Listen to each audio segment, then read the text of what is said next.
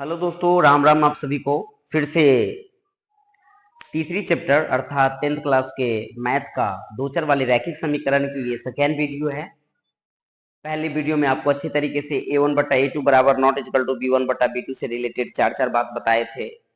जब a1 बटा a2 b1 बटा b2 और c1 बटा c2 तीनों बराबर हो तो ऐसी केस में क्या स्थिति थी, और जब a1 बटा a2 और b1 बटा b2 बराबर है लेकिन c1 बटा c2 बराबर नहीं है तो ऐसे केस में क्या स्थिति थी, सभी बात अच्छे तरीके से बता दी गई है। अब ये पॉइंट दूसरी है कि रैखिक समीकरणों के हल करने की विधि कितने हैं, तो इसकी मुख्यतः चार विधि है, जिसमें चारों विधि को आपको अच्छे तरीके से याद करना पड़ेगा।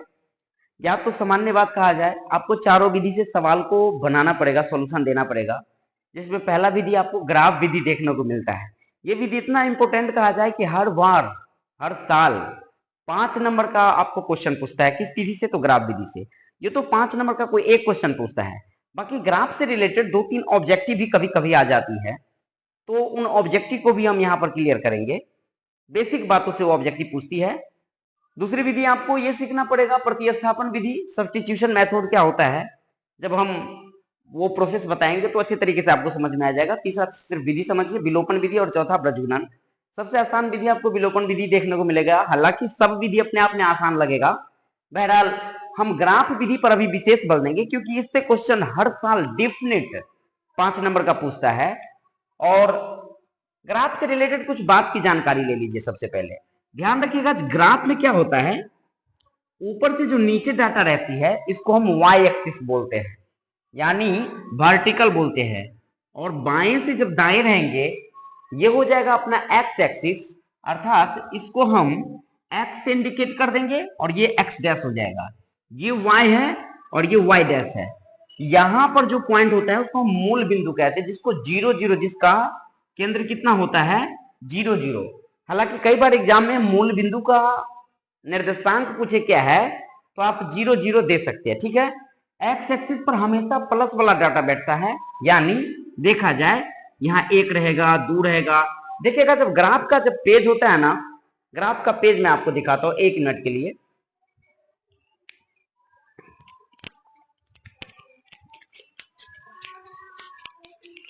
आप लोग के लिए हम ग्राफ का पेज लेके आए हैं।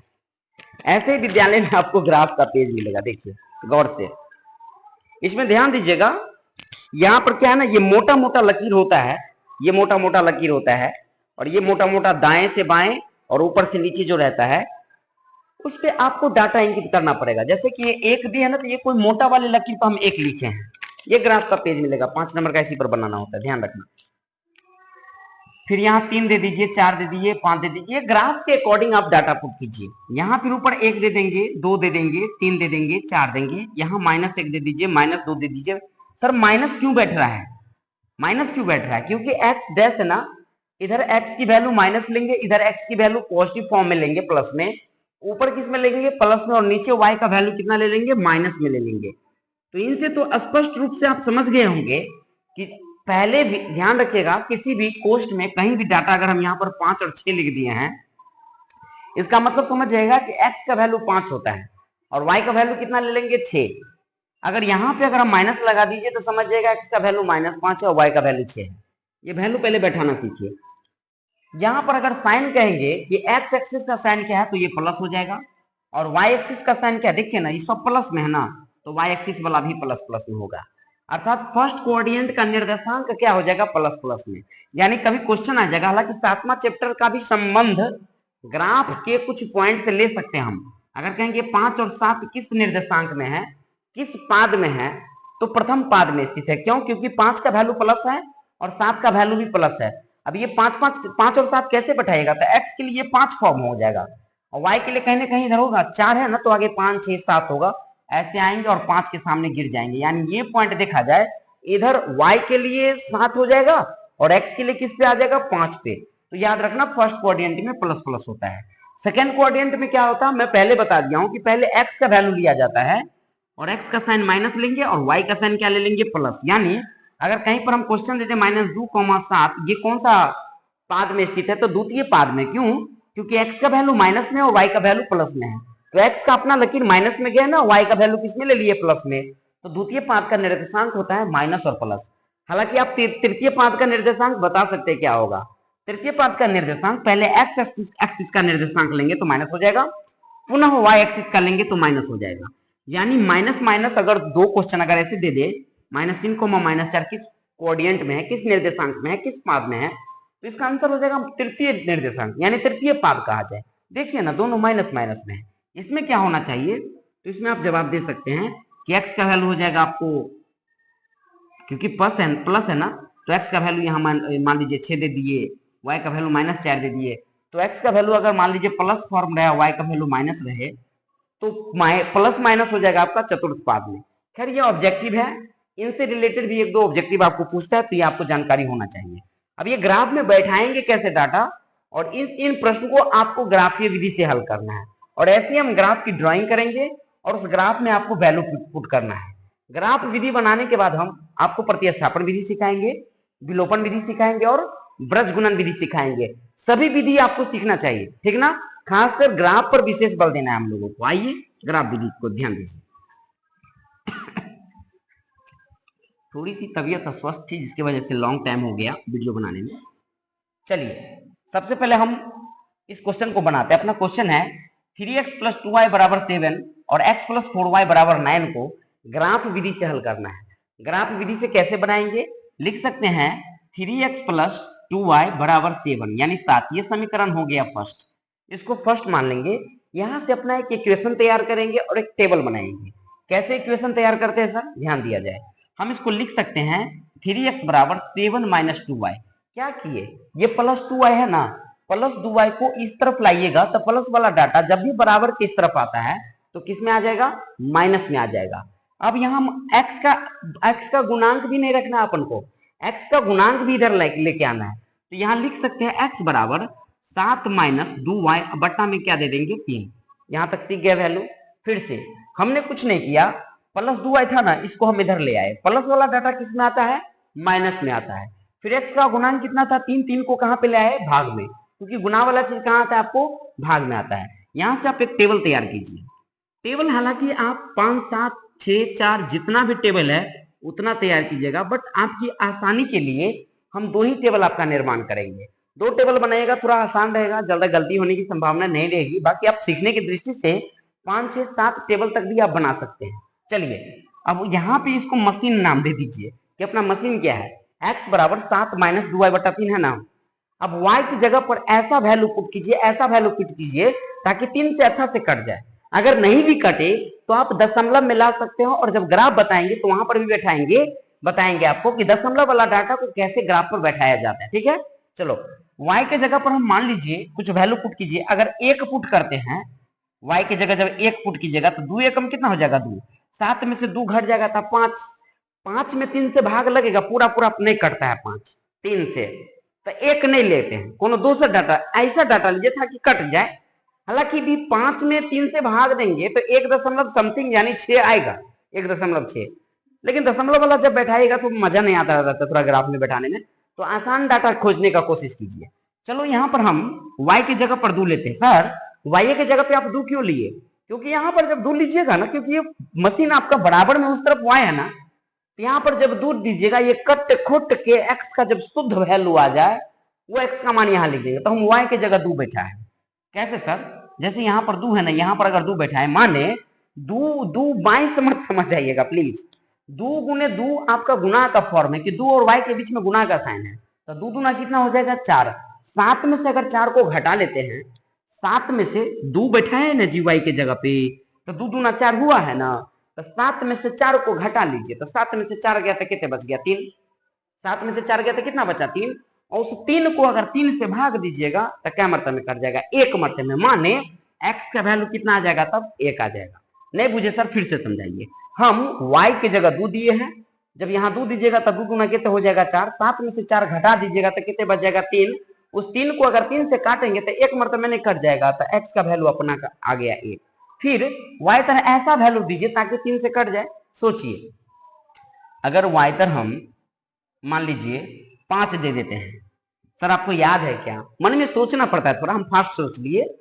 जब 5 दीजिएगा सर यहाँ पे y की जगह पे, तब 5 और 2 को गुना कीजिए, क्योंकि y को आप भूल जाइए दिमाग से, क्योंकि y की जगह आप कितना पुट कर दिए 5, अच्छा 5 के तो इसको 25 मत समझ जाना, ये समझना कि 2 गुने 5 है, 2 गुने 5 है, तो कहिए 5 गुना गुना कितना हो गया 10, 10 नहीं बोलने का -10 बोलिए, क्योंकि यहाँ साइन माइनस है ना, तो 5 गुना ये हो गया -10, y की जगह 5 दिए थे ना, तो 5 गुना -10, -10 में से अगर प्लस, क्योंकि 7 के आगे नहीं कौन साइन है तो कौन साइन है, +7 है ना, तो -10 में से अगर +7 को हटा दीजिएगा तो कितने बच जाएगा, -3 बच जाएगा, और उस -3 को अगर 3 से काट दीजिएगा तो ये हो जाएगा -1, यानी एक टेबल अपना रेडी हो गया। अब हम समीकरण सेकंड से बात करेंगे, यहां लिखेंगे x + 4y बराबर कितना है 9, ये समीकरण सेकंड है। अब क्या करेंगे, 4y को इधर ले आइए, हम लिख सकते हैं इसको x बराबर 4y - 9, यहां तो x के गुणांक कुछ है नहीं तो बट्टा में देने की जरूरत नहीं है, डायरेक्ट टेबल तैयार कीजिए। क्या टेबल तैयार होगा सर, 3 ही टेबल बनाइए, हालांकि आप ज्यादा टेबल भी बना सकते हैं। चलिए y के जगह पर हम क्या लिख दिए, सही से लिखाइए, ये 9 है ना पहले से ना, 4y को इधर लाएंगे तो किस में आ जाएगा, माइनस में आ जाएगा, ठीक है। अब y के जगह पर क्या दे देंगे, क्योंकि 4y प्लस में था ना, इधर लाए तो किस में आ जाएगा, माइनस में आ जाएगा। तो y के जगह अगर हम 1 डालते हैं, y के जगह 1 डाले तो y वाला खांचा में लिख दिए, 4 कहीं कितने हो गया 4, 9 में से 4 को घटा दीजिएगा तो यहाँ कितना बच जाएगा 5। फिर y के जगह कुछ ऐसा डाटा दीजिए, कुछ भी दे सकते हैं, चलो हम 2 डाल दिए, कहाँ डाल दिए, y के जगह। जब y के जगह 2 डाले हैं तो y वाला खांचा y के सामने लिखना पड़ा, तो 4 दूना कितना हो गया 8, 2 डालिएगा तो 4 दूना 8 में हो जाएगा, और 9 में से 8 को जब हटाइएगा, 9 में से 8 को हटाइएगा तो कितने बच जाएगा 1, यानी ये हो जाएगा 1। अब अपना एक टेबल तैयार कीजिए, यानी ग्राफ पेपर पर ऐसे क्या करेंगे, लिखना पड़ेगा। यहाँ देखिए ये मोटका लकीर है ना, मोटका लकीर पर पारना पड़ेगा, ऐसे रहेगा ग्राफ, में बीच में मोट रहेगा, इस मोट लकीर पे क्या कीजिएगा, मोटका लकीर पे पारिएगा, ऐसे ड्राइंग कर लीजिएगा, फिर क्या कीजिएगा ऐसे ड्राइंग कर लीजिएगा, ठीक है ना। यहाँ पर क्या कीजिएगा, मोटका लकीर है ना, तो मोटका लकीर के सामने 1 लिख दिए, 2 लिख दिए, नहीं दिखता होगा आपको, थोड़ा दूर है कैमरा, 3 लिख दिए, 4 लिख दिए, 5 लिख दीजिए, 6 लिख दीजिए, यहाँ पे x लिख दीजिए, यहाँ पे x डैश लिख दीजिए, यहाँ पर y लिख दीजिए, और यहाँ पे y डैश लिख दीजिए, ठीक है ना। 6 लिख दिए, 7 लिख दिए, फिर ऊपर वाला डाटा प्लस में है तो यहाँ पर 1 दे दीजिए, 2 दे दीजिए, मोटका लकीर पर लिखना है थोड़ा स्मार्ट तरीका से, 3 4 5 6 इधर लिख देंगे तब माइनस लगा के, क्योंकि x डैश है ना, तो x का वैल्यू माइनस लगा के लिखेंगे, -1 -2 -3 -4, मोटका लकीर के सामने हम लिख रहे हैं, ये जो डंडा गिरा है ना वही के सामने, फिर -1 -2 -3 -4 -5 -6, ये मोटा मोटा लकीर पे हम लिख दिए। अब वैल्यू यहाँ से लीजिए अपना सब, x का वैल्यू 1 है और y का वैल्यू 2 है, तो x का वैल्यू देखिए ना, आई वाला x एक्सिस पर खोजेंगे तो x का वैल्यू यहाँ पर 1 है ना, यहाँ पर तो x का वैल्यू 1 ले लेंगे, और y का वैल्यू कितना है 2 है, तो ई वाला पॉइंट जो है, ई वाला पॉइंट क्या दर्शा रहा है, जहां हम अभी गुंदा मारे ये वाले, तो y के लिए 2 पर दर्शा रहा है और x के लिए किस पर दर्शा रहा है 1, तो एक वो पॉइंट अपना मिल गया। फिर x का वैल्यू कितना है -1 है, और y का वैल्यू कितना है 5 है, खोजिए x का वैल्यू, तो इस लकीर पर आएंगे तो -1 यहाँ आ जाएगा, और y का लकीर इधर जाएंगे तो 5 इधर आएगा, तो ये -1 वाला लकीर जाते जाते ये वाला पॉइंट अपने आप में दर्शा जाएगा, x के लिए -1 और y के लिए क्या दर्शा देगा 5 दर्शा देगा।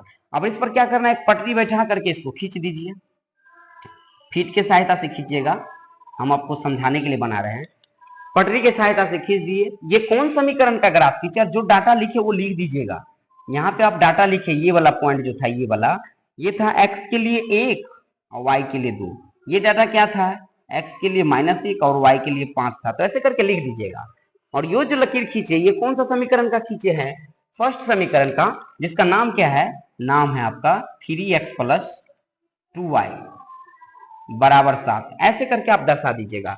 आप पहला टेबल का काम कर लिए हैं, अब आपको दूसरी टेबल का काम करना है।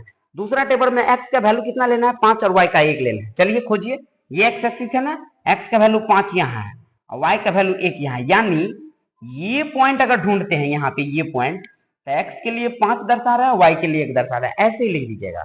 फिर सेकेंड टेबल में दूसरा जो डाटा है x के लिए 1 है, y के लिए 2 है, खोजिए x के लिए 1 यहाँ है ना, और y के लिए 2, ये तो ऑलरेडी पहले समीकरण में भी बैठा हुआ था ना।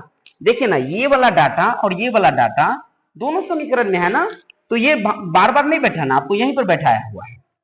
फिर पटरी की सहायता से इसको और इसको क्या कीजिएगा, आप मिला दीजिएगा, पटरी की सहायता से ही मिलाइएगा।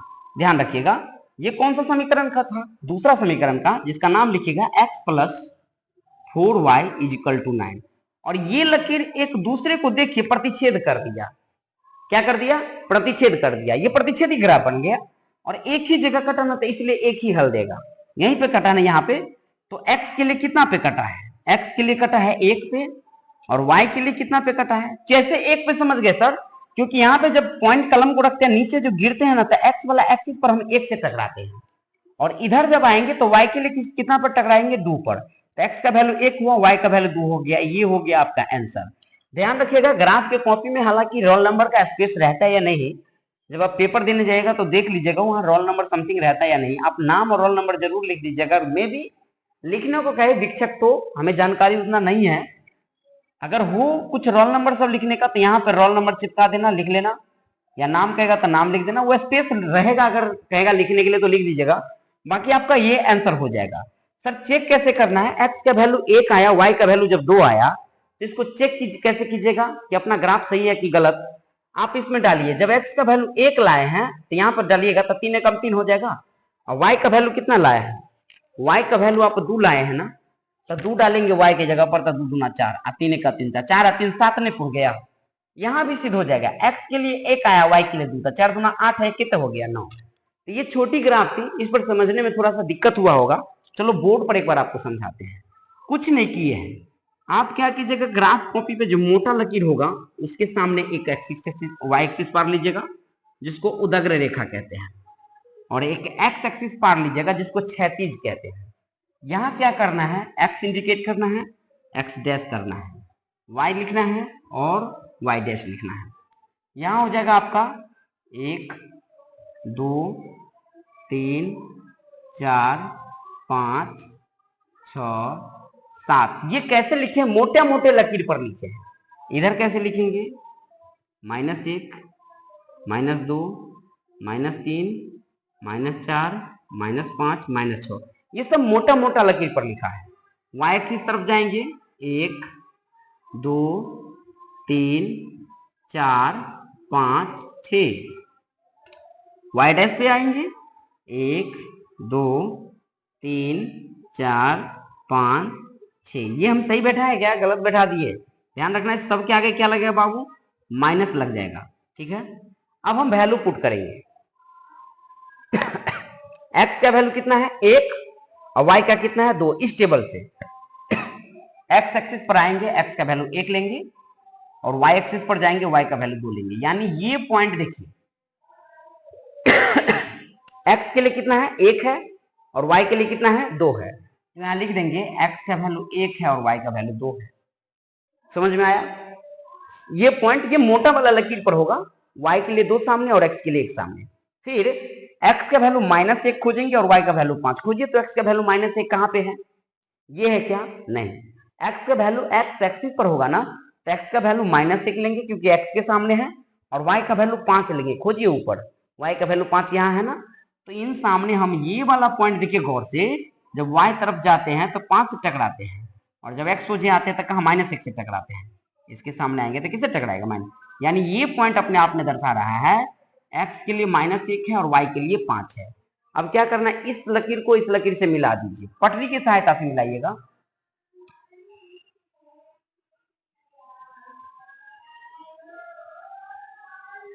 पटरी की सहायता से आप लोग मिलाइएगा, ये टेढ़ा लगता होगा आपको, थोड़ा इसको डेकोरेटेड कर दीजिएगा। ये कौन समीकरण का ग्राफ खींचे हैं, फर्स्ट समीकरण, जिसका नाम क्या है 3x + 2y = 7। ऐसे करके डायलॉग लिख दीजिएगा ग्राफ पेज पे। फिर इस पर बैठाइए, x का वैल्यू 5 है, y का वैल्यू 1 है, खोजिए x का वैल्यू 5 का, यह है क्या, ये है क्या, ये है क्या, नहीं, x का वैल्यू 5 प्लस फॉर्म है ना, तो प्लस वाला डाटा पर खोजेंगे, और y का वैल्यू 1 है तो प्लस वाला डाटा पर खोजिए। तो y का वैल्यू 1 ये है, ये कहां तक जाएगा, जाते जाते जाते जाते ये 5 सामने तक जाएगा, x के लिए कहां पर, ये पॉइंट देखिए, ये पॉइंट x के लिए 5 पे है, और y के लिए 1 पर है, तो यहाँ पर लिख सकते हैं हम, पहले x का वैल्यू लिखना पड़ता है 5 और y का वैल्यू 1, ऐसे करके ड्राइंग कर लेंगे। फिर x का वैल्यू 1 है और y का वैल्यू 2 है। ध्यान दिया जाए, पहले टेबल में भी 1 2 था, यहाँ तो ऑलरेडी आप 1 और 2 बैठा चुके हैं। x के लिए 1 देखिए ना, 1 सामने है ना, y के लिए 2 सामने है, तो ई वाला पॉइंट को ई वाला पॉइंट को फिर मिला दीजिए, पटरी की सहायता से मिलाइएगा। जब मिलाइएगा ना तो ऐसे जाएगा ये ग्राफ, और यहाँ पे इसका क्या कीजिएगा, ड्राइंग लिख दीजिएगा किस समीकरण का ये ग्राफ गया है, यानी x plus 4y equal to 9। और एक दूसरे से ये ग्राफ यहाँ पर प्रतिच्छेद कर गया ना, प्रतिच्छेदी ग्राफ कैसे हुआ वो भी आपको बताते हैं। तो देखिए कहाँ पे प्रतिच्छेद किया, यहाँ पे एक दूसरे से ये दोनों लड़ाई कर लिया, क्रॉस कट गया। तो x के लिए कितना पे कटा, 1 पे। कैसे, क्योंकि x के सामने गिरेंगे तो 1 से टकराएंगे ना, और जब y के सामने जाएंगे तो 2 से टकराएंगे। y के लिए कितना आ गया, 2। हालांकि सिद्ध कर सकते हैं अपना आंसर सही है गलत, जब इसमें डालिएगा ना, जो अपना समीकरण क्या था 3x प्लस 2y बराबर 7 है ना, जब 3 गुने x का वैल्यू जब 1 दीजिएगा और 2 गुने y का वैल्यू जब 2 दीजिएगा, तो कहिए 3 कम 3 और 2 दूना कितना 4, 4 और 3 मिलकर ऑलरेडी 7 आ रहा है, इसका मतलब सही है। हालांकि ये समीकरण फर्स्ट से क्या सिद्ध किया, इसमें भी सिद्ध कर सकते हैं। क्या था, x plus 4y equal to 9 है ना, x plus 4y equal to 9, तो x के वैल्यू 1 आया है और y का वैल्यू 2 आया है, तो 4 दूना 8 1 9 नहीं आ रहा है, यानी ऐसे भी सिद्ध किए। और क्यों ग्राफ प्रतिच्छेदी हुआ ये भी चेक कर लीजिए। a1 का वैल्यू कितना है, क्योंकि अपना a1 बटा a2 निकालते हैं ना, तो a1 का वैल्यू 3 है और a2 का वैल्यू कितना यहां से लेंगे, नहीं कुछ होता कितने है 1। x के बगल वाला में जो पहला समीकरण में होगा वो a1 होगा, b1 होगा, c1, a2 b2 c2, तो यहाँ पर a2 का वैल्यू 1 हो जाएगा, तो 3 बटा 1। फिर निकालेंगे b1 बटा b2। इस समीकरण में y का जो गुणांक है वो b1 का वैल्यू, b1 का वैल्यू कितना है 2 और b2 का वैल्यू कितना ले लेंगे 4। इसको काटिए, जब काटिएगा तो 1 बटा 2 आ जाएगा। क्या 3 बटा 1 और 1 बटा 2 आपस में बराबर है, नहीं है ना। जब a1 बटा a2 बराबर नहीं है b1 बटा b2 का, तो हम आपको अगले वीडियो में बताए थे कि इसका ग्राफ कैसा होता है, प्रतिच्छेदी होता है। प्रतिच्छेदी हुआ ना, अब इस पर आधारित आपको 2-4 होमवर्क आपको दे देते हैं, उन होमवर्क को आप क्या कीजिएगा, बना के लाइएगा। ये देखिए आपका ये होमवर्क हो गया, ग्राफ विधि से क्वेश्चन आपको सोल्यूशन करके लाना है। ये कहीं दूर दराज का क्वेश्चन नहीं है, आपके एनसीईआरटी के बुक का क्वेश्चन है, ठीक है ना। बोला गया निम्न समीकरण को ऐसे ही रहेगा आपको क्वेश्चन कि जो समीकरण इक्वेशन जो 2 वेरिएबल दिया रहेगा 2 चर वाले, उन 2 समीकरण में 2 समीकरणों में आपको ये चेक करना है कि वो संगत है या संगत। मैं बता दिया हूं संगत और असंगत की कहानी।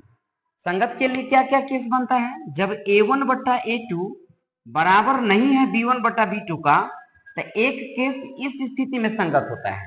और एक बताए थे जब a1 बटा a2 बराबर है b1 बटा b2 का और बराबर है c1 बटा c2 का, माने जब तीनों बराबर है तो भी संगत हो जाएगा। और जब a1 बटा a2 बराबर तो है b1 बटा b2 का, लेकिन c1 बटा c2 का बराबर नहीं है, तो ये क्या हो जाएगा, असंगत।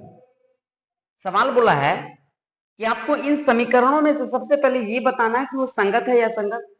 यदि संगत है तो उन सवाल को आपको क्या करना है, ग्राफ विधि से बना के लाएगा ग्राफ वाले पन्ना पे, ठीक है ना, और उसका आंसर बताइएगा कि उसका आंसर कितना है। तो ध्यान देना, पेज नीचे गिर गया था। तो ये आपका उदाहरण 4 और 5 होगा किताब में, पेज नंबर 52 से 53 नंबर पेज में। ये उदाहरण 4 है और ये उदाहरण 5, दोनों को आपको बना के लाना है। फिर एक्सरसाइज जब 3.2 में जाइएगा 3.2 में, तो उसमें आपको 4 प्रश्न देखने को मिलेगा। एक है x प्लस वाई बराबर 5 और 2x प्लस 2y बराबर 10। एक ये प्रश्न है, 2, 3 और 4, टोटल 6 प्रश्न आपका होमवर्क दिए हैं। इन 6 ग्राफ को अगर आप बना लेते हैं तो कंफर्म समझिए यही 6 में से आपका ग्राफ आता है। तो बार बार इसी 6 प्रश्न को आप क्या कीजिएगा, बार बार बनाइएगा। गारंटी तो नहीं दे सकते किसी 6 में से ही आएगा, बट इस 6 वैरायटी को अगर आप बना लेते हैं तो कोई भी क्वेश्चन देगा तो आप बना लीजिएगा। लेकिन ज्यादा प्रयास रहता है ऐसा ही डाटा डालने का। सबसे पहले संगत और असंगत चेक कर लीजिएगा, उसके बाद बनाइएगा। कैसे सर चेक करते हैं, जैसे इस क्वेश्चन नंबर 4 का हम संगत असंगत चेक कर देंगे। आपको मान लो x के बगल में नहीं कुछ है ना, a1 मान लीजिएगा, उसको कितना है 1 ले लीजिएगा, अब बट्टा a2।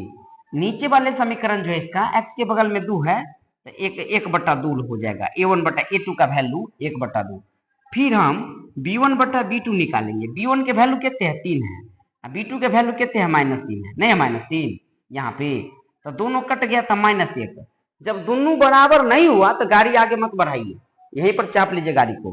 डायरेक्टली लिख देंगे A1 बटा A2 जो है वो B1 बटा B2 के बराबर नहीं है। ठीक है, तो इन प्रश्न को क्या कीजिएगा, बना लीजिएगा। ये संगत हो गया, इसका ग्राफ बनाना पड़ेगा आपको। ठीक है, अगला हो जाएगा आपका ये वाला, थोड़ा चेक करके बता दिया जाए सर, वो भी चेक कर लीजिए। क्या है, x के बगल में जो है उसको A1 मानेंगे। A1 का वैल्यू कितना हो जाएगा? 5 बटा A2 निकालेंगे। A2 का वैल्यू हो जाएगा 3, यानी A1 बटा A2 आ गया 5/3। यहां निकालिए। जब हम B1 बटा B2 निकालेंगे तो B1 का वैल्यू है -8 और B2 का वैल्यू है -24 बट्टा में कितना दे देंगे?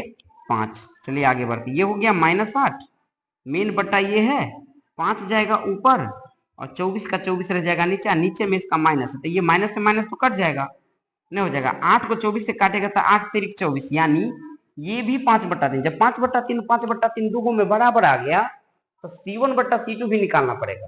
ठीक है ना, तो C1 बट्टा C2 क्या हो जाएगा? यहाँ तो मान लीजिए 1 है, 3/8 तो 5/8 तो मिला नहीं, तो ये भी अपना क्या हो जाएगा? लगभग आपका संगत आ जाएगा। शायद ये क्वेश्चन को थोड़ा गौर से देखना पड़ेगा, ये गलत है या सही, थोड़ा देख लीजिएगा। कहीं यहाँ पे 5 हो सकता है आंसर, हालांकि गड़बड़ नहीं है, यही होना चाहिए। थोड़ा एक बार डॉट देख लीजिएगा, एनसीईआरटी बुक उदाहरण नंबर 5। तो ये आपको बराबर नहीं होगा, समझ गए ना। जब A1 बट्टा A2 बराबर है B1 बटा B2 का, लेकिन C1 बट्टा C2 का बराबर तो नहीं लग रहा है ना, तो असंगत हो जाएगा। ये क्या हो जाएगा? असंगत। चेक कर लीजिएगा उदाहरण 5, इसका शायद ग्राफ नहीं बनेगा, है ना, ये असंगत होता है। अगर ऐसा डाटा रहता तो कंफर्म असंगत है। हो सके हमारे सवाल उतारने में कहीं प्रॉब्लम हुआ हो, बाकी अगर ये डाटा वैल्यू सही होगा तो कंफर्म ये असंगत है, इसका सब ग्राफ बनेगा ही नहीं। ऐसे ही आपको इसको चेक कर लेना है, इसको चेक कर लेना है और इसको चेक कर लेना है। ये उम्मीद है कि आप 6 प्रश्न को बना के लाइएगा। अब हम आपको अगले वीडियो में प्रतिस्थापन विधि से रिलेटेड आपको ढेर सारा सवाल बता देते हैं। ठीक है, थोड़ा सा छोटा टॉपिक है, बस 5 से 7 मिनट में आपका प्रतिस्थापन विधि को सिखा देते हैं। ठीक है, आइए, तब तक के लिए जय हिंद, जय भारत।